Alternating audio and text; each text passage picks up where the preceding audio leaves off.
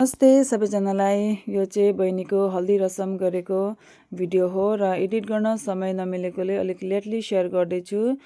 यता चाहिँ mummy daddy दुवै मिलेर छोरीलाई हल्दी लगाइदिनु हुँदैछ र अब हल्दीले चाहिँ चेहराको रङलाई एकदमै ग्लोइङ ल्याओस् र चेहराको साथसाथ नयाँ जीवनमा पनि एकदमै हल्दीको जस्तै रङ्गीन र ग्लोइङ होस्, उज्यालो होस् भन्दै खुट्टा ढोक्दै यता मम्मी डेडी दुवैले छोरीलाई आशीर्वाद यो चाहिँ बेहुलीको दाजु है।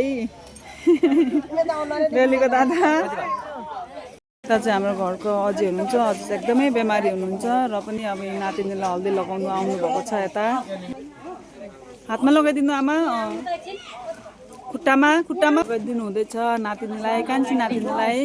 यति अस्वस्थ बिमार भएर पनि आउनुभयो। नानीको माइला काका काकी है हल्दी लगाइदिनु हुँदैछ।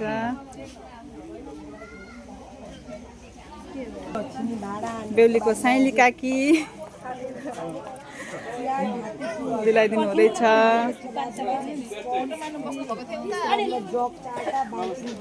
बेहुलीको मामा पाजु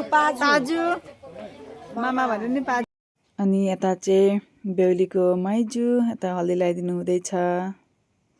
यता चाहिँ बेहुलीको चमा है, बेहुलीको चमा मजाले लगाइदिनु बेहुलीलाई। यता धेरै फ्यामिलीहरू जम्मा हुनुभएको छ है। बेहुलीको सोल्टिनी दिदी बहिनीहरू सबैजना भेला भएर फोटोसुट चल्दैछ। अझै हाम्रो खास नेपालबाट आउनुभएको है।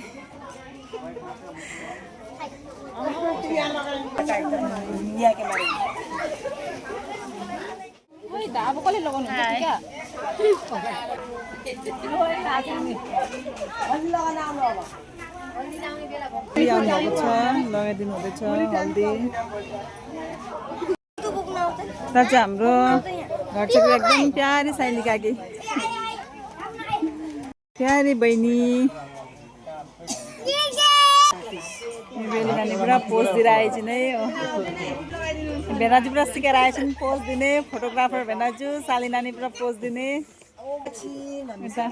ओ माई हिरो सल्टिनी भेला भएर बसेर आएछन्।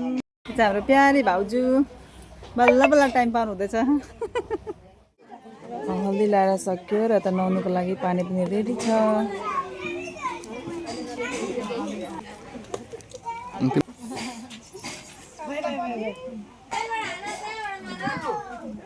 ठन्डा लागेको जस्तो